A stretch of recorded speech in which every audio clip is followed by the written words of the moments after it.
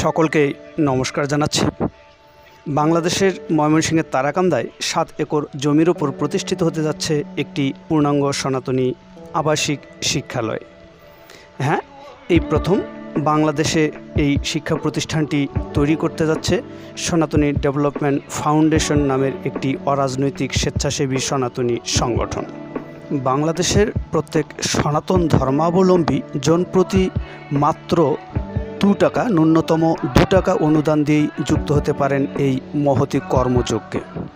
এ বিষয়ে বিস্তারিত জানতে দেখুন আমাদের ফেসবুক পেজ আমার 2 টাকা ফান্ড, অথবা ভিজিট করুন আমাদের ওয়েবসাইট www.amar2tk.org।